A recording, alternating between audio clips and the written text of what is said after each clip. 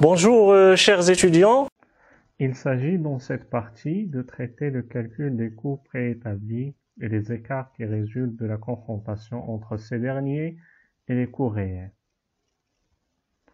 Tout d'abord, on va dire qu'est-ce qu'on veut dire par des coûts préétablis. Le coût préétabli est un coût établi a priori, c'est-à-dire en avant, et traduit les objectifs acceptés par la direction, dans le cadre d'un budget élaboré sur la base du niveau d'activité prévisionnel. Dans ce sens, le coût préétabli permet l'établissement des prix de vente et la détermination du résultat prévisionnel de l'entreprise, la valorisation à tout moment des stocks de la production pour des besoins de la gestion de production et du contrôle de gestion, et enfin le contrôle des performances par référence à cette norme établie pour l'année. L'évaluation des coûts préétablis. Les coûts préétablis peuvent être déterminés de diverses manières et suivant le cas, leurs appellations changent. Donc, les coûts préétablis, ce sont des coûts qui sont établis a priori, comme nous avons dit, qui seront établis en avant. Mais selon la source de leur établissement, ils auront des appellations différentes. Première appellation, c'est le coût standard. Lorsque les coûts sont déterminés à la fois d'une analyse technique, recherche de consommation de matière, d'énergie, de temps de travail, etc., et économique, recherche des coûts unitaires des différents facteurs de production. Lorsqu'ils sont déterminés, comme on vient de dire, d'une analyse technique, on les appelle coûts standards. Coûts budgétés. Quand les éléments de coûts sont établis à l'avance pour certaines périodes à partir d'un budget d'exploitation. Donc, si les données du coût préétabli sont issues à partir d'un budget d'exploitation, on appelle coût budgété. Coûts moyens prévisionnels. Ils sont calculés à partir des données comptables des périodes précédentes.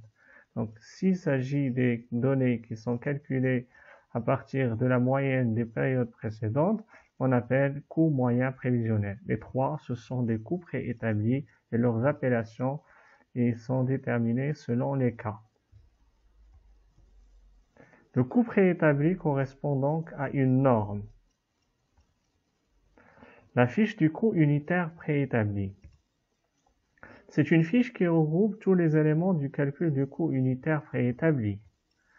Les charges directes, c'est-à-dire les matières, coût unitaire préétabli fois les quantités préétablies, main-d'œuvre directe, le taux horaire multiplié par le nombre d'heures préétablies, et les charges indirectes, les coûts de l'unité d'heure préétablie multipliés par le nombre d'unités d'heure préétablies. Application. Pour illustrer ce que nous avons vu sur les coûts préétablis, on va mettre en évidence cela à travers une application qui permettra de calculer le coût préétabli. Pour fabriquer 7500 produits unités du produit P, il est nécessaire de consommer 37 500 kg de matières premières à 75 dirhams le kilogramme et d'utiliser 9000 heures de main-d'œuvre à 120 dirhams l'heure. Les charges indirectes préétablies de la section analytique atelier 1 s'élèvent à 45 000 dirhams, l'unité d'œuvre préétablie et l'heure de main-d'œuvre directe. Ce qui est demandé. 1. Établir la fiche du coût de production préétabli du produit P. 2. Présenter le calcul du coût de production préétabli pour 10 500 unités du produit P. Commençons par la première question. Donc, j'ai mis en évidence ici l'application devant moi pour déterminer les données qui sont nécessaires et je remplis la fiche du coût de production préétabli du produit P à partir de l'atelier que nous avons dit, l'atelier 1. Nous avons les éléments que nous avons déjà présentés lors de l'explication, les matières premières, la main-d'œuvre, ce sont les charges directes, et puis les charges indirectes de l'atelier 1. Enfin, cela va nous donner le coût de production préétabli. Donc, commençons par la quantité de matière première. Pour une unité de quantité préétablie, elle est égale à 5. Donc, c'est-à-dire 37 500 divisé par 7500 qui est égal à 5. Comment nous avons fait 35 700 de matière première? Donc, il est nécessaire de consommer 37 500 kg de matière première et nous avons divisé par 7500. Donc, 7500, c'est la quantité qui a été fabriquée, soit totalement 7500. Donc, une unité du coût de la quantité préétablie est égale à 5 kg. Le prix unitaire préétabli, donc nous l'avons, c'est 75 dirhams le kilogramme, comme vous le constatez. En multipliant 5 fois 75, je trouve le montant préétabli à 375. Maintenant, pour la main-d'œuvre directe. Donc, elle est égale à 1,2. Donc, c'est 9000 divisé par la quantité totale de 7500. Donc, 9000, c'est quoi? C'est les données. Nous avons utilisé 9000 heures de main-d'œuvre. 9000 heures, il était nécessaire pour produire 7500. Donc, pour une unité, je divise 9000 par 7500, ça me donne 1,2. Maintenant, le coût unitaire préétabli, donc il est égal à 120 d'après les données. Donc, je multiplie 1,2 fois 120 est égal à 144. Pour les charges indirectes maintenant, donc c'est toujours 1,2. Pourquoi? Parce que l'unité d'œuvre est la main-d'œuvre. Donc c'est 1,2, 1,2. Le coût unitaire maintenant, il est égal à 5. Comment j'ai déterminé? Donc c'est 45 000, voilà. 45 000 divisé par 9 000. 9 000, c'est l'unité d'œuvre qui est l'heure de main-d'œuvre directe qui a été nécessaire pour la production de 7500. Ce qui va nous donner 5. Je multiplie 1,2 fois 5 est égal à 6. Maintenant, la somme de ces montants, il va nous donner le coût de production préétabli pour une unité du produit P. Donc, une unité du produit P va nous coûter 525. Cela nous permettra de présenter le calcul de coût de production préétabli pour 10 500. Donc, nous avons la quantité, c'est 10 500 pour l'unité produite. Le coût de production préétabli sera dans ce cas 10 500 fois 525 que nous avons trouvé dans la première question. Il va nous donner 5 512 500. Donc voilà la résolution de la première application. Maintenant, pour la détermination de l'écart global. La différence entre le coût réel constaté et le coût préétabli donc, permet de valoriser l'écart total ou global. L'écart global est égal au coût réel moins le coût préétabli. Cet écart sera interprété dans le sens suivant. Si l'écart est positif, c'est-à-dire le coût réel est supérieur à ce qui est préétabli, dans ce cas, c'est une situation défavorable. Donc, un coût, une dépense réelle qui dépasse la dépense que nous avons préétablie, que nous avons déjà prévue. Donc, dans ce cas-là, l'écart est défavorable parce qu'il s'agit des dépenses. Si l'écart maintenant il est négatif, c'est-à-dire que le coût réel est inférieur au coût préétabli, l'écart dans ce cas-là est favorable. S'ils sont égaux, or, avant de passer à l'application, on va dire que la situation elle est neutre. Donc, pour déterminer l'écart global, passons maintenant à l'application. Une entreprise fabrique plusieurs produits. La fiche de coût standard de production de A, le coût standard, nous avons dit qu'il s'agit d'un coût préétabli déterminé à travers les données techniques. Donc, calculé sur la base de 20 000 unités du produit et donné dans le tableau ci-après. Notez que la section analytique atelier 1 regroupe les charges indirectes concernant également d'autres articles. Donc, nous avons les éléments que nous avons et le coût de production d'un article 1. Matière première, c'est 3 kg à 20 dirhams par kilogramme. La main-d'œuvre directe, c'est 0,5 heures à 100 dirhams par heure. Et l'atelier 1, 0,5 unités d'heure à 180 dirhams l'unité. Et l'unité retenue pour l'atelier donc est l'heure MOD. Je rappelle que des charges indirectes, il regroupe des charges concernant également d'autres articles. Les coûts ou bien la production réelle s'élève à 18 000 unités et elle a entraîné les charges suivantes. Matière première, 56 000 kg à 21 dirhams le kilogramme. La main-d'œuvre directe, 8 800 heures à 98 dirhams l'heure. Et l'atelier 1 a travaillé 10 000 heures au total et le coût global indirect a été 1 840 000 dirhams.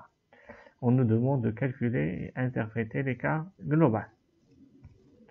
Posons maintenant notre fiche de calcul qui permettra de calculer les éléments réels et les éléments préétablis. Devant moi, j'ai mis les données de notre application.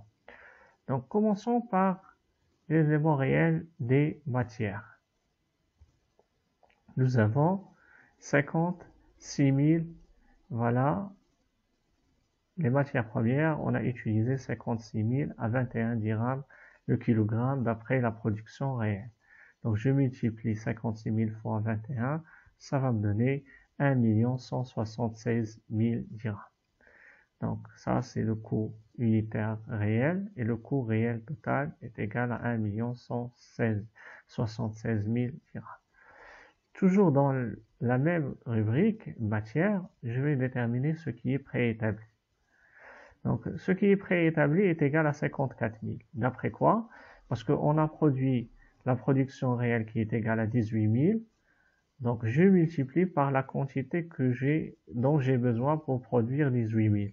Donc, je dois trouver 3 fois 18 000 qui est égal à 54 000. Je fais attention, les données ici, je ne prends pas 20 000 parce que ça, c'est la base de notre calcul. Mais ce que nous avons réalisé, c'est 18 000. C'est pour cette raison qu'on a multiplié par 18 000 au niveau du préétabli. Donc, le coût unitaire préétabli est 20, d'après les données, comme vous pouvez le constater. Et en multipliant, je trouve qu'elle est égale à un coût préétabli total 1 080 000. Je passe maintenant à la main-d'œuvre directe.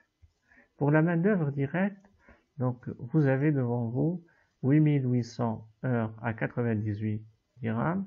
Donc, je fais la multiplication et je trouve 862 400. D'après l'élément maintenant préétabli, il est égal à 9 000. Donc 9 000, c'est quoi? C'est 0,5, comme nous avons fait pour les matières premières, 0,5 multiplié par 18 000, donc, et se trouve, il est égal à 9 000. Le coût unitaire préétabli plutôt est égal à 100. Donc 9 000 fois 100 est égal à 900 000. Je fais de même pour les charges indirectes maintenant de l'atelier 1. Donc, il est égal à 8 800. Donc, pourquoi? Il a travaillé 10 000 heures, mais on a dit que l'atelier regroupe d'autres articles, mais l'unité d'œuvre, nous avons l'unité d'œuvre et l'heure MOD. Donc, il a été 8 800. Donc, 8 800 et nous avons pris 8 800 parce que c'est la même unité d'heure. Donc maintenant, pour le coût unitaire réel, donc qui est égal à 184. Donc comment j'ai fait? Donc j'ai pris le total montant que j'ai ici et je l'ai divisé par 10 000. Donc 10 000, le coût unitaire, voilà pour travailler. Donc c'est 1 840 000 qui est divisé par 10 000 va nous donner un unitaire de 184. Pourquoi je rappelle qu'il y a une différence entre ici 10 000 et 8 800? Parce que d'après les données, nous avons que l'atelier 1 regroupe des charges indirectes qui concernent également d'autres articles, d'où la différence. Donc j'étais amené à retenir seulement ce qui est nécessaire pour notre produit. Alors je fais la multiplication et je trouve qu'elle est égale à 1 619 200. Je passe maintenant à l'élément préétabli. Donc, l'élément préétabli, c'est 9 000. Donc, d'après les données, l'unité de l'heure et l'heure hebdomadaire, comme nous avons fait pour le réel, nous allons faire pour le préétabli, égal à 9000. Donc, je multiplie par 180, donc, qui a été ici donné. Alors, j'aurai 1 620 000. Ce qui reste maintenant à déterminer, c'est le total réel. C'est la quantité produite, c'est 18 000. Faites attention, on ne fait pas la somme de ces éléments, mais on fait la quantité produite, 18 000. Puis à partir des coûts réels, je fais la somme de ces coûts qui va me donner 3 657 600. Et je fais la division, ce qui va me donner le coût unitaire réel. Donc je fais de même également pour l'élément préétabli. Donc la quantité produite, c'est 18 000. Je fais la somme du coût montant du coût préétabli. Je trouve qu'il est égal à 3 600 000. Et je divise par 18 000 qui va me donner un coût unitaire préétabli de 200. Je calcule maintenant les écarts. L'écart, c'est la différence entre le réel, le montant réel, et le montant préétabli. Donc pour les matières, je trouve qu'il est égal à 96 000. Il est positif, donc il est défavorable. Et pour la main-d'œuvre directe, le montant 862 400 moins 900 000, il est négatif, la différence de 37 600, et dans ce cas-là, il est favorable. De même, pour les charges indirectes, 1 619 200 moins 1 620 000 est égal à moins 800. Il est toujours favorable. Donc je fais la somme de ces éléments, je trouve qu'il est un total défavorable de 96 000 et un total favorable de 38 400. Donc je fais la différence, j'aurai un écart défavorable, parce qu'il est positif, de 57 600. Voilà l'écart global qui est positif et donc défavorable. Au niveau de l'interprétation, qu'est-ce que je vais mettre? Les calculs font apparaître un écart global défavorable de 57 600 dirhams. En effet, les quantités et les prix des matières ont été supérieurs à ce qui a été prévu et les économies réalisées au niveau de la main-d'œuvre directe et de l'atelier 1 n'ont pas permis de compenser ce surcoût. Donc, malgré qu'au niveau des matières, donc au niveau des main-d'œuvre directes et au niveau des charges indirectes, l'écart était favorable, mais il n'a pas pu compenser l'écart défavorable qui a été 96 000 enregistré au niveau des matières, ce qui nous a donné un écart global défavorable de 57 600. Et je vous remercie pour votre attention.